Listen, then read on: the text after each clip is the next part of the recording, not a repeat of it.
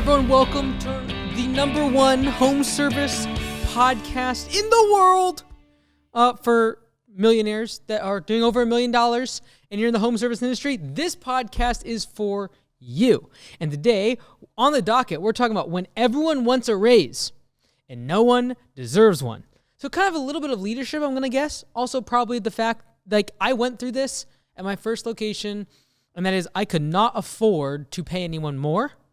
Also, I had no great system for paying people, and so their pay ranges were all over the place. Some people were starting at $14, $15 an hour. Some people were starting at $18 an hour. Some people were at $24, $26, $28 flat rate per hour. Had really no real rhyme or reason. The honest truth is that I probably gave out raises based upon when they asked me, and if I needed them, I probably said yes. And if I didn't really need them, I would say, hey, sorry, I can't afford it. And if they left, I really didn't care because we didn't need them at the time, like during the off season. So that was the way I, back in the day, used to give out compensation. Horrible, unprofitable, not fair. It's super not fair that someone works super hard, makes the business literally 2 to 3 times as much as someone else, and makes $1 more an hour. That's not fair.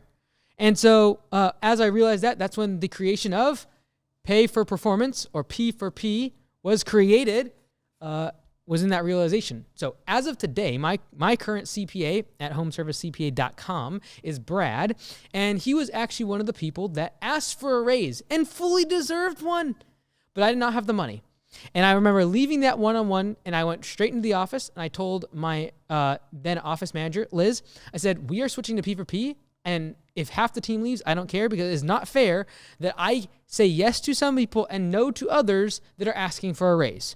So without any further delay, let's go ahead and jump into the 5 questions that we have from the producer. And the producer went and did some larger questions, a little more in-depth. So let's see what we got today. Number 1, when a technician asks for a raise, do you first pull their last 13 weeks of hard data, P for P earned percentage, rework, recall rate, on-time attendance, upsell, close rate, MPS or review mentions, safety incidents, training completions, and budget hours, then compare to team median and local market comp, or do you negotiate off antidotes and pressure from busy season? So obviously we do not want to base our compensation model based upon seasonality.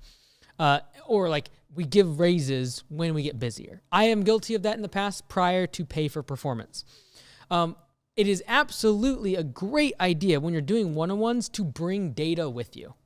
Now, if you're doing pay for performance on P4P software, you can see the top ranking and top earners inside your organization.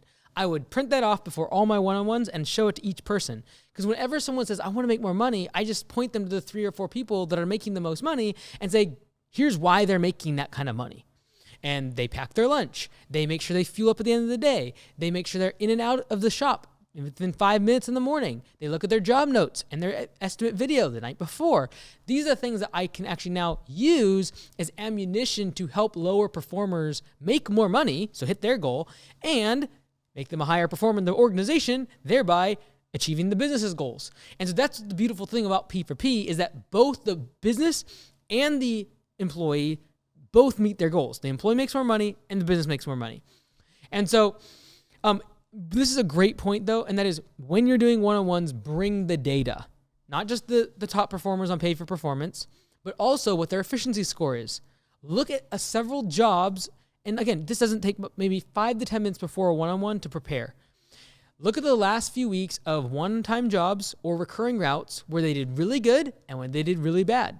And then just walk them through what you would, in your mind, like, oh, that's obvious. No, like some people are not going to connect the dots. What you're going to want to do is print off the route that was from that day and that was really good and really bad. And then compare the two. And you can go over with them. Like, why did this day you make $29 an hour and this day you made $21 an hour? And then they'll actually remember if it's in the past week. Oh yeah, so-and-so's job took forever. Or I had to come back to the shop. Oh yeah, we had to stop and fuel up because we forgot the gas cans. Like, these are the type of things that allow you to instruct using the numbers instead of you nagging on them. And the reason it actually makes sense to use the numbers is because by using the numbers, they make more money. And there is no one on your team right now that if you just offered them more money would be like, nah, don't think I really want that. And so that's the common reward that the incentive that everyone's going to want, because if they were offered more of it, they would take it. No one's saying no. Now, there are some people that are very money motivated and are going to go to great lengths during a one-on-one to really understand how they can make more money. And then other people, they might not. But here's the thing. As long as they're performing above base pay on P4P, I'm fine with it. Like, they get the kind of the satisfactory, they get pass. If someone's under base pay, now it's messing my numbers. I can no longer have a fixed percentage of labor revenue going to my employees on wages. I have a problem with it. But if they're above base pay, they get satisfactory. Some people are okay with just a few dollars above base pay, and they pass the test, and we're good to go.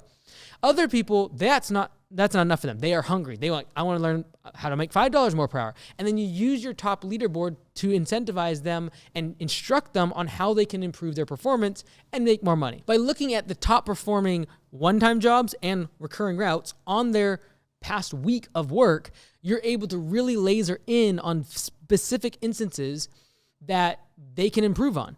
And why they had to come back to the shop to pick up a broken piece of equipment, or they had to go to the mechanic because something broke that they drove over. Like, these are the things they start to realize make a huge impact on their paycheck. And bringing this data allows them to know, how am I doing?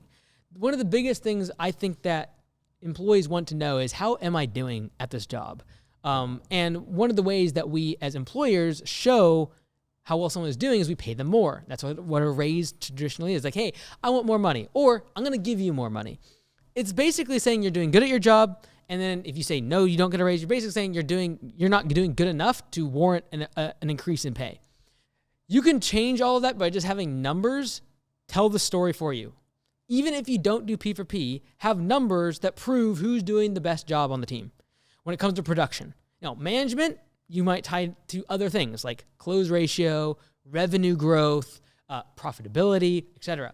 But from a technician's perspective, when it comes to them asking for more money, I am always looking at efficiency score. I'm looking at budget hours. I'm looking at their budget hours versus their clock. That's their efficiency score. That's the main driver of, are they doing a great job? And then I'm also going to usually break it down like, okay, let's look at one-time jobs. Let's look at recurring jobs. Because I've had team members that make $35 an hour on projects and then make like $19 an hour on recurring jobs. And it's not because the jobs are priced differently. It's because like they have team members that do the opposite. And so it's like, let's actually figure out why. Oh, every time you get into the truck after a stop, you get on your phone. Whereas the one-time project, you leave your phone in the truck and you just work all day long. Oh, let's add up 5 to 10 minutes after every single stop across 20 visits and realize, oh, that's where all of your money's going. And so this type of one-on-one is the most important. Having metrics, breaking down individual jobs and routes for them to actually understand what to do next before their next one-on-one. I highly recommend one-on-ones at least monthly for your frontline team. This allows them to have 4 weeks of improvement and adjustment, and then getting a new, if you're using P4P software, a new leaderboard where they see who's winning now, and they'll start to see the consistency of the top performers and then watch what they do, and then you guide them on those one-on-ones to push them in that direction. And having benchmarks of on-target earnings for managers of like, hey, if you just do what we did last year in terms of close ratio, I'm just gonna use close ratio for an example, here's what you're gonna make. And here's your base pay, and based upon last year's performance, this is what you'll make if you hit that exact number. Now, if you increase that number by this number, or you increase revenue by this number, or you increase profits by this number, here's what your on-target earnings are. And so I have general managers and managers that more than 50% of their compensation comes from incentives around their metric, whether it be profitability for their department, whether it be distributions. So that's what I do for my locations, Augusta locations. But then I have managers in different departments, and some are profit sharing. Some of it is based upon member growth. Like, there's a lot of different ways to incentivize someone. And then when you have a one-on-one and you talk to them, it's very easy to identify, like, are you performing above, below, or at the average and what is expected of you? And their paycheck should just directly align with that. How I personally like to create incentives for higher up managers that it's not as clear. It's not like budget hours and actual hours, and they have a lot of autonomy. I like to do it like this. This is how I like to do my incentives. I simply ask myself, what metric would I change and what would I be willing to pay for it? If I was able to move revenue to this number, how much would I today be willing to pay someone? If someone can take me from 10 million to 12 million, what's that worth to me? Okay, well then I'll just tie their incentive to when they hit 11 million, 12 million, 13 million, 14, and 15 million. And there's your ramp. And on target earnings, last year we did 10 million. Therefore, If you do 10 million next year, you'll be exactly the on-target earnings, for example. And I'm using revenue when I don't think any of my businesses use revenue as an incentive. I'm always looking at profitability of a department, profitability that I actually take distributions for my locations. I'm looking at counts. So like number of recurring customers is a great metric, especially if you have someone that's managing customer success. They're managing onboarding. They're managing sales. So those are some of the other metrics you could use for management. But the ultimate thing I would say is in your one-on-ones, use numbers. And when it comes to compensation, use numbers because those numbers should scale. There should really never be a question about a raise because it should be very clear how they make more money. Like a raise is simply would be screaming to me, I have not made it clear on how to make more money in this organization. For frontline technicians, pay for performance. For management, incentives, bonuses, profit sharing, distributable cash. Like you got to make sure that the business winning allows them to win, and them winning means they make more money. Hey, thanks so much for watching the video. Real quick, I wanted to invite you to a private event that I'm hosting online at mikeandys.com/Black Friday. That's right, it's on Black Friday. It's gonna be a live stream that includes a whole bunch of training that I've been working on for over a year. It's gonna be completely free for the first 500 people that sign up. So go to mikeandys.com/Black Friday, sign up for the registration, and there's also 3 massive announcements that I haven't even shared with my team that I'm gonna be sharing at the end of that live stream. So you'll definitely wanna be there. mikeandys.com/Black Friday. We'll see you there. When crews miss their P4P bonus and blame the plan, do you audit inputs such as job pricing accuracy, estimator errors, drive time assumptions, material pickups, weather and seasonality, and publish a transparent scoreboard? Then either fix the math or confront the habits, late starts, sloppy staging, callbacks, and where exactly do you draw the line for act of God exceptions versus performance? Great question. So obviously budget hours versus actual hours, their efficiency is gonna be dramatically impacted by things like the weather, whether or not trucks break down, equipment. So when do you actually step in and make the adjustment? So here's my 2 cents. I like to simplify my services and standardize them so that this decreases dramatically. I see this happen the most often across the thousands of scorecards I see coming every day from P4P software. I see this happen most commonly when a business owner has to step in and change the budget hours on a big project, usually big project that they've never done before. So just stay away from those projects, and this dramatically decreases. When you get into jobs that are custom, you've never done them before, they're not standardized, they're completely different than anything you've ever done before. There's no way to be able to replicate it. And none of your team have skill doing it, the likelihood of you getting accurate budget hours is so low. And a lot of times the reason people get allured into it is because of a big project. So that would be my first big caveat. When it comes to the act of God, like what happens when the weather is crazy and the job takes 3 times longer? I will step in many times on massive projects and help the team out in terms of budget hours. I think we did this back the first few years of P4P once or twice on projects, and every single time it was jobs that we should not have taken. And now we don't even offer those services. Like we would do this like very specialized porcelain, very large pavers. It looked beautiful, but it took like 3 times longer than we had thought in terms of budgeted hours. And so number 1, stay away from those type of projects would be my recommendation. We do think about weather and equipment. And when it comes to weather, like during the spring rush, when the grass is growing really fast, we know it's going to take longer. So we give a higher percentage on P4P to our team. So instead of say 28%, we give them 33% or 35%. We used to be back in the day even as high as 40% when the grass was growing like crazy. Again, the goal is that everyone is above base pay. At least half of your team above base pay on P4P. If they're not, there's no incentive for them to work faster, and P4P means nothing. And the whole objective of P4P is to be able to say a percentage is fixed as to what you give in wages. And if everyone's below base pay and they're all hitting base pay, that means you're paying more than what you think in terms of like we pay 33% on P4P. No, you don't. Most of your team's hitting base pay. You're probably hitting 45% of labor is going out the door to wages. So I think my biggest thing is how do I take ownership of this? And that is going to be I adjust pay structures based on seasonality. I avoid big projects that we have no business doing. And then I will say there's going to be jobs that come and go. And I have to explain this to the team on the upfront. There's going to be jobs you show up, it says 20 budget hours, and you knock it out in 5. There's going to be jobs you show up, it says 20, and it takes you 35.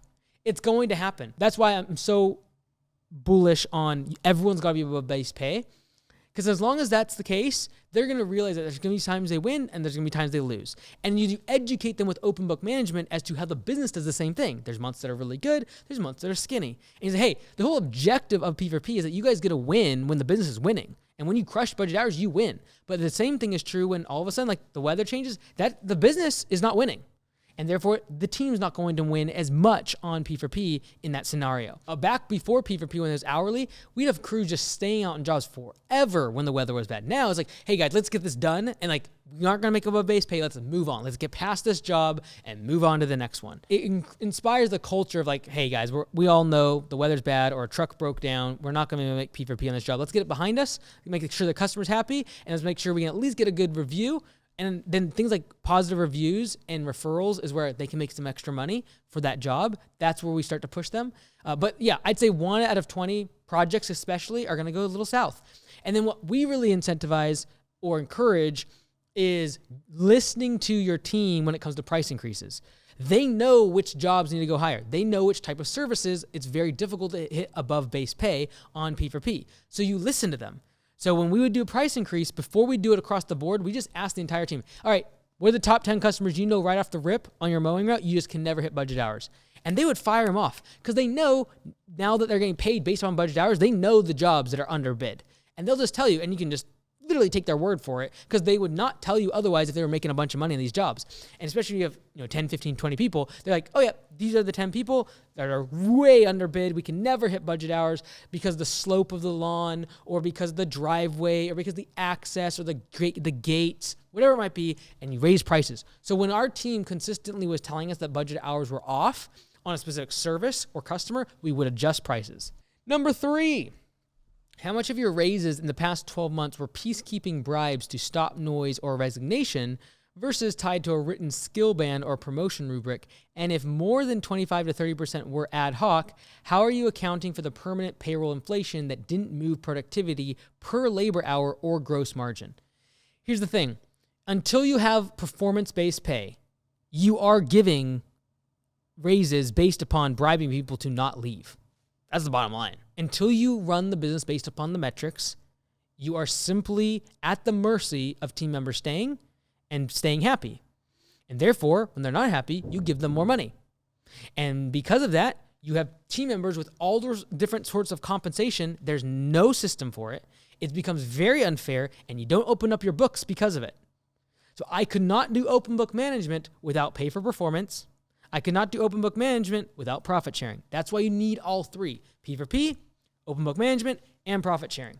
If you open up the books and you don't do P4P, good luck.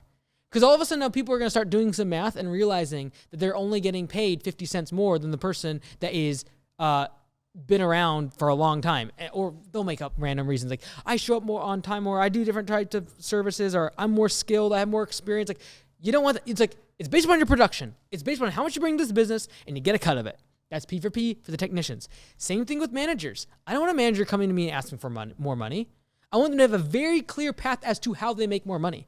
Here's the crazy thing. Now, I am out of daily operations, but for the 3 or 4 years that I was still around the shop, I never one single time after we implemented P4P was asked for a raise. Not one single time. Not one single time.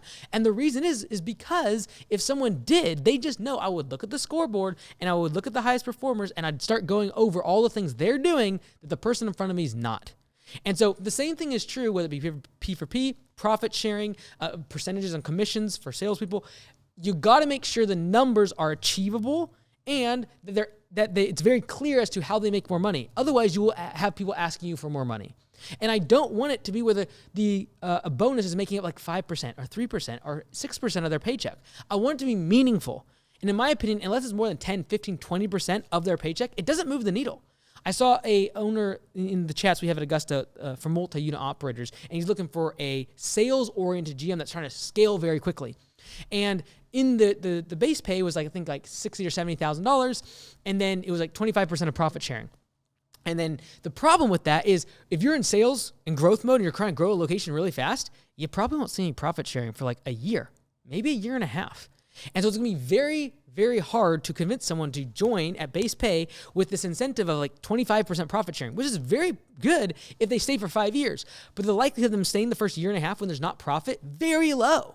And so we've got to really realistically think, can they achieve these numbers? And if I tell them that the on-target earnings is 85 or 90,000, how are they actually going to make the extra 30 grand? Because I believe a great pay package of like $65,000, $70,000 with $30,000 as a bonus that they earn because of incentives, I like that. I do not like where they're going to make $60,000 as base pay, and if they do really good, they'll get $5,000 extra. I don't like that. Now, they're going to be individual contributors that are mostly going to be tied to things. If they don't produce and they also don't drive management and like actually guard the profit and loss, they're individual contributors, things like an office manager, that it can be difficult to create numerical incentives. And that's when sometimes tenure is going to be the way that you give a straight line of how they make more money. Hey, you've been here 1 year, 2 year, 3 year, 4 year. And so in my opinion, if someone they have their hand in so many pots and they affect so many different numbers in the business, I don't want to create perverse incentives by incentivizing one. I want to rather focus on tenure and an office. In many cases, that's what I'm focused on. Unless it's like the office manager, I'm happy to give profit sharing, etc. All right, number 4. Who actually gets the next promotion? The loudest complainer or the quiet executor? And do you have a promotional scorecard that weighs teachability, ability to train others, error rate thresholds, crew leadership behaviors, and basic P&L literacy over tenure and likability, with a pass-fail gate that you will enforce even if it means leaving the seat open? Yeah, I think that by having optional meetings for your technicians around the profit and loss statement and open book management, you get a really clear understanding very quickly of who thinks about the P&L and how they think about it. So this is why I like open book management, is I'm actually really fielding the technicians as to who my next working GM is going to be, and I make them optional. So it's like, hey, like you're not getting paid on P4P for this. This is time that you're going to spend, but we're going to learn about the P&L. All the numbers will be here. I'll pin it up on the wall for the whole team to see, but if you want to show up early, I'll break all the numbers down for you. People that show up to that meeting and then start to take interest and start to take pictures of that P&L, start to ask questions, start to compare last month versus this month, that could be potentially your next working GM. And I am going to hire based upon the skills required for the job. And if they want those skills, understanding a P&L and how all the different levers in the business operate, and then usually that person also starts to become really efficient on pay for performance because they start to see how the business is actually operating behind the scenes. That's why I like open book management.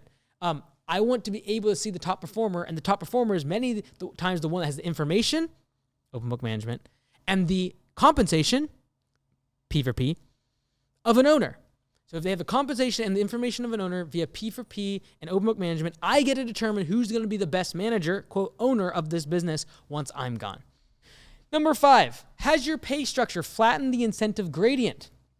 I.e., can your top 10% of techs realistically earn 1.8 to 2.5 times the bottom 30% through P4P and skill multipliers, or is your floor too close to your ceiling? Guaranteed hours, overtime smoothing, attendance forgiveness, such that A players subsidize C players and quietly plan their exit. This happens all the time. If you're not doing P4P, this is happening in the organization. Because here's the thing. Even if you have tiers based upon experience and skill level, there is still going to be massive distributions of how much profit each team member brings to the business. Each location brings to the business. Each department brings the business. Massive distributions. But if you make the incentives based on tenure and skill, but then they're producing profit via being efficient, you have a perverse incentive, which is I just need to stick around. And this is where you get a whole bunch of people sitting around doing nothing. You have 5 people watching someone else doing the work on a big project at a big bloated company, is because everyone's incentivized to just stick around, like tenure, and like get the certification, get the piece of paper, and not actually produce revenue for the business. And so I really do believe that the best comp plans allow someone to double their pay.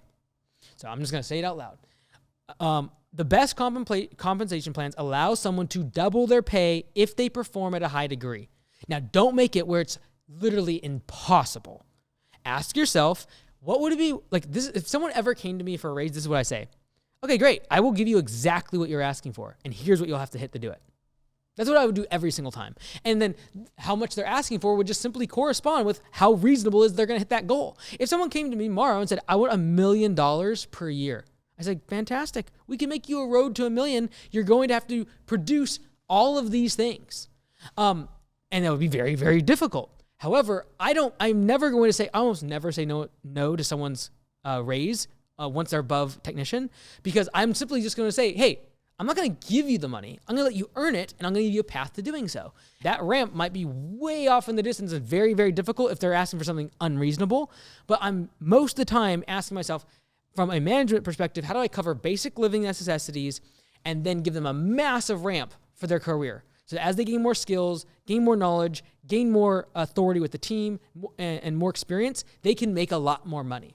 This is why my general manager currently has more than doubled his pay, almost 3x his pay over the past 5.5 years of working as the general manager. It's because he started off at like $52,000 as base pay, and this year will do well over 140. I think it'll probably more like 150. And that's literally almost a tripling of their pay package. But it's because he's been with me for 5 years, and there's a very easy and constant theme, and I he can continue to make more money the longer he stays with me. And the business is profitable, but his base pay hasn't moved. We're still down less than half of his pay comes from base pay. And so in my personal opinion, having a 2x multiple on a top performer is great. That means half of their paycheck is based upon performance. That's why if someone's base pay is $20 per hour on P4P, your top performer, if they absolutely crush and annihilate projects for a paycheck, should make $40 an hour. If you have a manager and their base pay is 60, 70 grand, if they crush it and stay with you for a few years and really dial in that location, they should be able to make 6 figures. And make sure that along that path, you keep them incentivized when it's very difficult to hit benchmarks.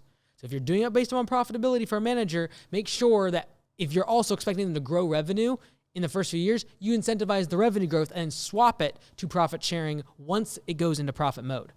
But I will say 110% unequivocally, there are employees in your business. If you're not doing P4P, there are employees in your business that are making 2-3 times as much profit as another employee and making 5, 10, 15% more per hour. That's not fair. And the moment you change that, you allow A performers to make way more money, and the B and C players make less, and they leave. And so what happened when we implemented P4P? Yes, some people were mad. Those people were the low performers that a few weeks later left. And guess what? Out of the, I think probably 15 people that we had, 2 or 3 people left. We didn't have to hire anyone else because all the slack was picked up by the rest of the team that was very happy to take on the extra work and make more money. And in a more efficient route, a more efficient job means a more efficient business. And if my business is more efficient, I'll be able to pay people more. And so that is it for today. If you would like more about P4P, because that kind of is what this is all about, P4Psoftware.com, up until the end of this year, it's completely free. So you get 3 months for free. If you're joining here in October, November, December, all free. Try out the software, use it just like we've talked about it. Allow your team to be able to be compensated like an owner. And once you do that, only after that, and you give the information of an owner via Open Book Management, can you expect them to treat the business with high regard. I'm Mike Andes. This is the Home Service Millionaire Podcast. Comment below what you got out of it. And if you have a question, go to mikeandes.com/question, submit a video, and I'll answer on the next show.